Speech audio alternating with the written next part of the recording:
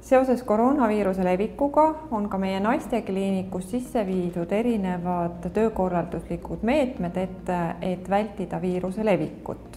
Kõik patsiendid, kes saabuvad meie naistekliinikusse, kas siis ämmaemanda vastuvõtule, naistearsti vastuvõtule, ultraheliuuringule või analüüsi andmiseks, peaksid kõigepealt läbima kontrolltelgi. Kontrolltelki saab anda ka uriinianalüüsid. Kõik patsiendid, kes sisenevad sinna kontrolltelki, peaksid kõigepealt desinfitseerima käed, siis aidatakse neil panna ette kaitsemask, mõõdetakse nende kehatemperatuur ning siis nad täidavad tervisedeklaratsiooni. Palume kõikidel patsientidel seda tervisedeklaratsiooni täites olla jäägitult ausad. Edasi sisenete meie kliinikusse ning eraldi rasedatele ja meie patsientidele on loodud verevõtukabinet siiasamma kliiniku fuajeesse. See kabinet töötab igal tööpäeval kella 7:30 kella 1-ni.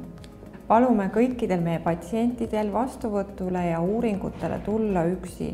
Nendega kaasas olnud tugiisikutel palume jääda ootama õuealale.